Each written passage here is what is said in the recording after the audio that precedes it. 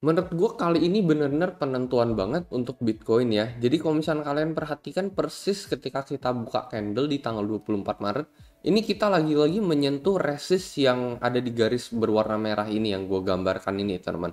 Dan garis berwarna merah ini yang gue gambarkan seperti yang kalian tahu, ini nggak pernah gue hapus teman ya. Dan ini udah ada ketika Bitcoin pertama kali kena Corona Maret 2020 sampai saat ini. Ini kita menyentuh beberapa kali resist dan support di bulan Mei dan Juli. Setelah itu kita mantul, kita sempat break di bawah ini teman-teman ya. Setelah itu kita balik ke atas lagi dan saat ini teman-teman menurut gue penentuan banget gitu ya.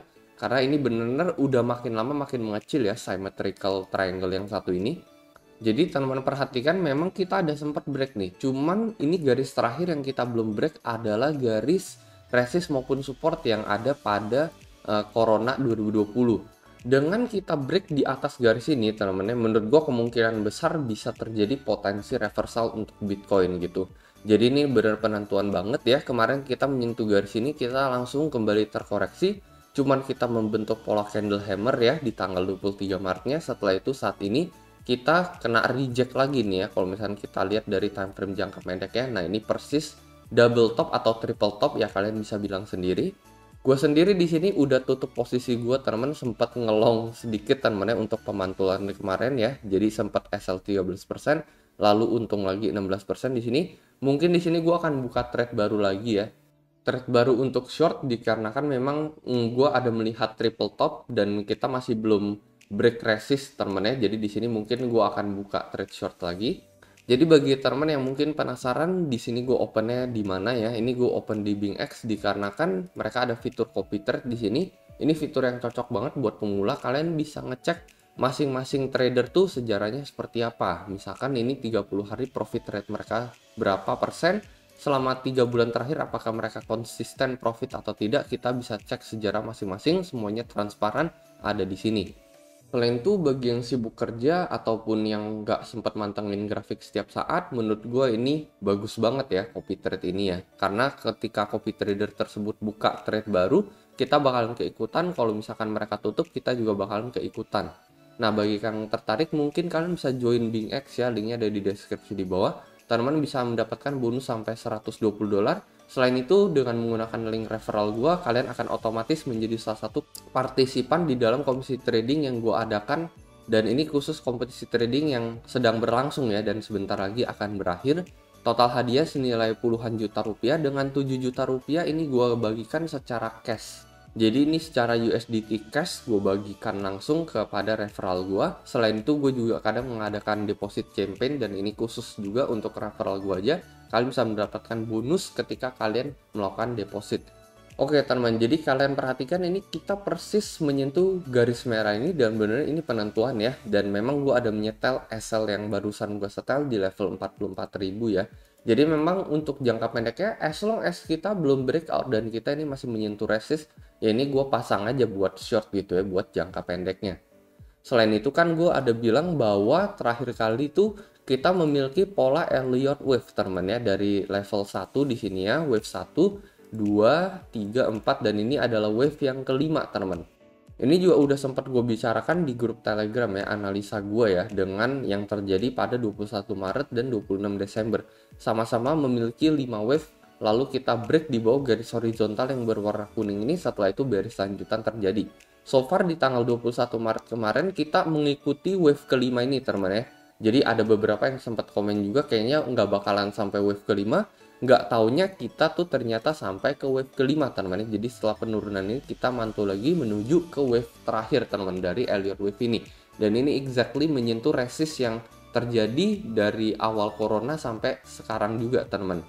Jadi kalau misalnya gue bisa ulangin lagi, garis horizontal berwarna kuning ini ada di pola koreksi wave kedua teman-teman ya. Jadi dengan break dari wave kedua ini kita harus cukup waspada teman-teman ya untuk Bitcoin karena memang ada potensi kita menyentuh level 35.800. Jadi kalau misalnya kita ukur ya dari lower high ini kan dari level 33 ini ke level 35.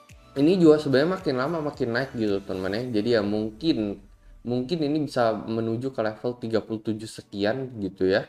Tapi ya gua setel TP yaitu hanya TP sementara dulu teman-teman ya. Mungkin nanti kalau misalnya gua lihat ada potensi pembalikan arah setelah kalau misalnya dia break dari horizontal garis yang berwarna kuning ini, ya mungkin gue akan langsung close trade ya. Cuman ya untuk saat ini ya itu hanya TP sementara aja.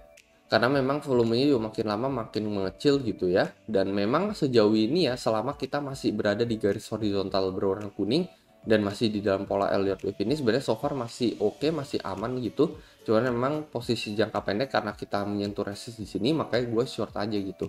Cuman mungkin ke depannya kalau misalkan kita berhasil break tanamannya di atas level 44.000, 45.000, mungkin gue akan ubah semua posisi gue ke posisi long gitu. Jadi mungkin gue nggak akan nge-trade short lagi.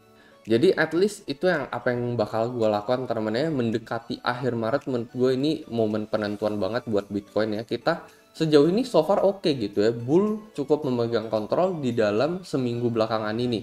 Karena memang kalian melihat di sini kita koreksi dikit, selalu kita pump teman-teman ya. Kita koreksi dikit, selalu kita pump, dan ini volume makin lama makin mengecil. Jadi ada potensi bisa terjadi breakout ke atas level 45.000 ini. Yang kita butuhkan hanyalah benar-benar resist terakhir yang ada di garis berwarna merah ini. Kalau misalnya kita bakalan break dari garis ini teman-teman ya, garis yang menentukan Bitcoin bakalan bullish atau bearish ini, menurut gua kita bakalan langsung all the way ke level 50.000 atau bahkan langsung menuju level 54 sampai 50.000 teman-teman. Menurut gue itu bakalan langsung nge-shoot. Kayak benar-benar kalian perhatikan nih ya, Bitcoin dari level 36 bisa langsung ke level 45.000. Ini nambah 9.000 USD hanya dalam beberapa hari doang. Dan ini bisa terjadi lagi teman-teman ya, 45.000 nambah 9.000 USD langsung nge-shoot ke level 54.000, itu potensial banget menurut gue gitu. Dan itu bisa terjadi dalam hanya waktu yang benar-benar singkat banget. Mungkin bisa terjadi satu volume sebesar ini plus 14% di tanggal 28 Februari. Ini mungkin bisa aja terulang lagi setelah kita break di atas level 45.000 ini. Paling itu aja temen ya kalau menurut pendapat gua. Cuman untuk jangka pendeknya memang kita sedang menyentuh resist ini dan mungkin bakalan terjadi potensi koreksi temen ya, potensi koreksi ke area level 41.000 ini. Setelah itu baru penentuan gitu ya, whether kita bakalan break for the real gitu ya, atau kita malah bakalan break di bawah garis horizontal kuning ini, yang benar-benar ini yang nggak bakalan bagus buat Bitcoin. Kalau misalnya kita koreksi ke sini lalu kita break ke atas, itu menurut gua cukup bagus untuk Bitcoin. Kalau dari sini kita juga langsung break ke atas, ini juga menurut gua sangat amat bagus buat Bitcoin. Dan memang either way teman-teman, gue memang masih ada menyetel posisi long gue di sini ya, yang gue open dari level 38.000. Gue percaya buat Bitcoin secara jangka panjangnya bakalan tetap naik. Paling ini kan buat trade jangka pendek aja.